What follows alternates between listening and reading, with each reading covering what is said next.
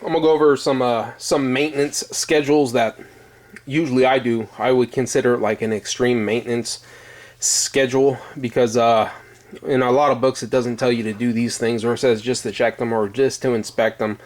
So anyways, I'll just tell you, this is just right off the top of my head the type of stuff that I do. We'll start off with what I consider some of the most important would be the brakes, right? So we'll do brakes, the front I do every year. I don't care. Now, there's a lot of old folks out there that never drive their vehicles. They don't have to do this. I do it yearly. There's one good example for this, though, because if you're going through the trouble to inspect your brakes, to thoroughly inspect your brakes, you really got to take them off and see if they're cracked. You can't just look at the thickness, because they could be cracked and everything like that. If I'm gonna take the brakes apart and check them out, I'm replacing them. That's all there is to it. Most of my vehicles, they only cost about $40-50 for the front, you know. So anyways, I do it yearly. The rear, do 2 years. Now this is extreme. This is like, I doubt they would say inspect it at least or whatever, but this is the type of stuff that it makes the vehicle just last forever. As far as the rotors, just check their specs for the rotors. But the brakes yearly, like I said, one of the things I was talking about, I was changing the brakes. I noticed the axle boots are broken. So, you know, while you're down there doing that, you notice a lot of things. Okay, so that's some of the most important things for the front brakes. And a lot of times, you know, you're starting out in the field and you say, hey, you know, brother, sister, cousin, aunt, let me work on your car. And they'll say, I don't need anything. Well, if you go by this, they do. So, you know, if you want to, you know, work on their vehicle just for whatever purpose, go by that, and you're guaranteed to have some vehicles to work on for a long time. A lot of people say they don't need anything. They don't even know what they're talking about. They said I had my vehicle checked out. All they did was change the brakes.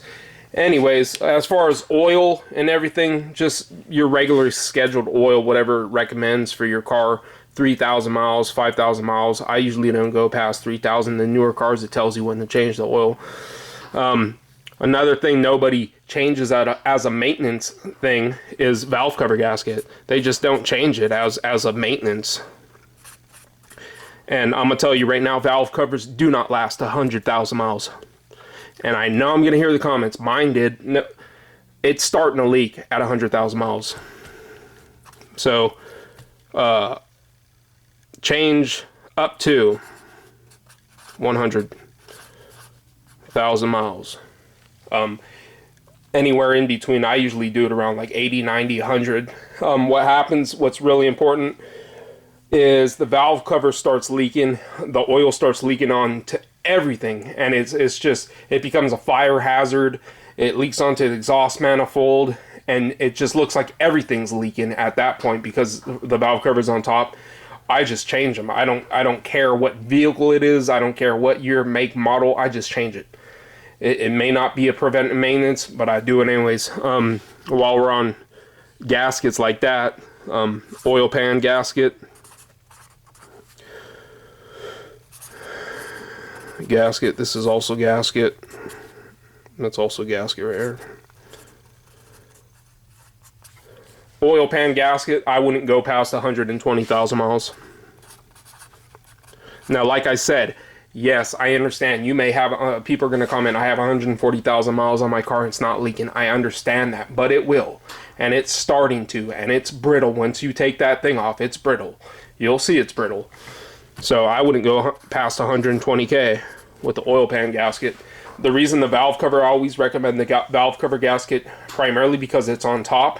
And when you have the hood closed and you're driving around, heat rises. So the valve cover gasket gets a lot more heat than the oil pan does. Obviously, brake fluid. A lot of times it tells you mileage, depending on how much you drive. But brake fluid, I just do it every 2 years. Every 2 years for brake fluid. You could do it more often if you want to. It's really simple. You just get a squirt bottle, stick the end in the brake reservoir, suck it out, or use a turkey baster, open up all the bleeders and put some new brake fluid, whatever the brake fluid you use. I just do it every 2 years. I write it down. I keep a folder in all of the vehicles. So brake fluid and also coolant. I also do every 2 years. Now there's extreme situations where people put 50,000+ miles on their vehicle in a year. That's super duper extreme. But even in that case, you can still get away with it doing it every 2 years. These are things nobody ever does. They just don't do it. Nobody I know changes their brake fluid. Nobody I know changes their coolant. Well, that's a lie. Some people I know they don't do it themselves. They take it somewhere and do it. But do-it-yourselfers, they just don't do it most often, is what I see. So do your brake fluid. Usually for me, we're talking about like 10 to 15,000 miles a year. So it works out fine for that. They recommend doing coolant 60,000 or something like that. But we're doing it before anything goes bad. Let me see your transmission fluid and gasket. I'll do it like no more than 60. No more than 60. So up to. And just, so you would just do that. Valve cover, once you hit 200, do it again. Oil pan, once you hit 240, do it again. Brakes, do it yearly, every single year. I understand that's way too much for some people that barely drive their vehicles. This doesn't apply to you, but this is, at least you're inspecting your brakes, and when you're doing your brakes, do all the hardware, do the lube the slides. I go to change people's brakes. They haven't done it for 4 or 5 years. They never lubed the slide, or the person who did their brakes never lubed the slide. And I can't even get that slide out. You got to change the calipers. They never crack open the bleeder when you're doing the brakes, and then so the bleeder breaks off. Make sure you break open the bleeder. Make sure you lube everything.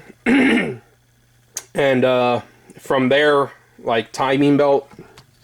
A lot of vehicles don't even have timing belts anymore. Timing belt. I would do no more than, depending on what vehicle, some vehicles, they fail very prematurely. To be honest with you, if I had a vehicle, I would just probably do it like every 60 to 80,000 miles. 60 to 80. And then I would just do the water pump. If it's at 80, I would definitely do the water pump. 80K. So that goes, if that's timing belts driven off of the water pump, I would probably do it at least the first time. So you're talking about like 80, let's say you do it at 80, then you're doing it again at 160. I would just change the water pump and the components every time. But if you're doing it at 60, you can get away with just changing the belt, and then do it at 120 and change the pump the next time. Now, which brings me to water pump. Not all water pumps are run off the timing belt. Some water pumps are just run off of the regular serpentine belt, okay? Water pump, I wouldn't go past 120,000 miles. Yes, I understand your vehicle may have over 120,000 miles and your water pump isn't leaking, but water pumps are cheap enough to change. If you're a do-it-yourselfer, I would go up to 120,000 miles and just change it. Just change the water pump. Like I said, this is an extreme case. I know water pumps that can last quite more miles. I know a lot of vehicles that are going. I just changed one this last weekend off of a Chevy 1500. It had 144,000 miles of water pump, but it was leaking through the weep hole. It still ran. It didn't overheat, but it was leaking through the weep hole. It's prone to failure. It's gonna fail. So water pump 120, and then 240. Do it again. As far as like tires go, just check the tread depth. Just check them just like normal. Right off the top of my head, let me see. I'm trying to come up with some other stuff that you can routinely do. Things like a fuel pump, you're not gonna just prematurely change it. A fuel pump, the fill filter, stuff like that. A lot of vehicles don't even have fill filters. Just do your recommended type of maintenance. You could do it. You could cut the time in half to the recommended if you want to do extreme. In extreme situations, just cut the time in half, basically, because if you know you drive hard, or you know life's up and down, up and down, up and down, and if you have money at one point, just spend that money while life is up. It's a lot harder to change it in different seasons depending on where you live. It's a lot harder to change it while it's snowing outside if you don't have a garage to work on, so do it during the summertime, and then when it fails during the winter, then you don't have a problem. Like I said, this is just extreme maintenance. Things you wouldn't change, that I wouldn't recommend changing, just for a maintenance, your alternator, you're not going to have to change your alternator for recommended, which brings me to battery. Don't go past 5 years. If your battery's more than 5 years old, just change it. I don't care if it still works. No more than 5 years. Just change it. And leave that battery as a backup. Just keep it in your garage, keep it charged on a trickle charger. Don't go past 5 years on the battery. I understand, but well, in some cases though, if you have those special batteries like those expensive batteries, they do go past 5 years. But even in that case, if it's past like 7 years, I'm just switching it out, and I'll use the other one for a backup. For whatever I got to use it for. Let me see. Like all the other type of accessories, power steering pump and all that other type of stuff, that you just go by if it's leaking. You're not going to change power steering pump as a preventive maintenance. You're not going to change your alternator as a preventive maintenance. Drive belt, I would do that more often than necessary. I would say 60, anywhere between 60, a drive belt, 60 to 100K. 60 to 100K. But in extreme circumstance, at least check it, and also change if you get up to 100,000, I would just change the the tensioner too, along with the drive belt, the serpentine belt, and the idlers and the pulleys and everything else. If you're at 100,000 miles, I'm trying to think of some more of the fluids. So I think we pretty much covered all of the stuff that I look at.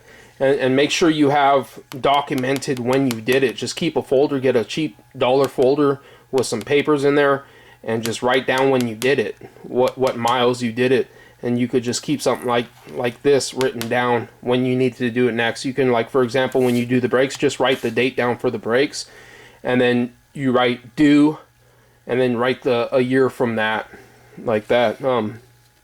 If any other guys have any other suggestions of the things that you do, as far as lubing, make sure you lube the ball joints and everything. If you can lube your ball joints, just do that while you're doing your brakes. Just inspect them and lube them when you're doing your brakes. Axles, you're not going to change as a preventive maintenance, but axles rarely go past 200,000 miles without the boot starting to crack. And really, you're just going to check all that stuff when you're doing the brakes, and all this other stuff you're going to check while you're doing all this other stuff. You're going to notice if something's broken. PCV valves, just change it when it's recommended to do. Your oil, change it when it's recommended to do. Your air filter, change it when it's recommended to do. Your cabin air filter, change it when it's recommended to do. Or just take it out, inspect it, clean it, and replace it if you need to replace it. It's hard to tell where you live and whether your AC, your cabin air filter is going to be clogged or not, depending on where you live.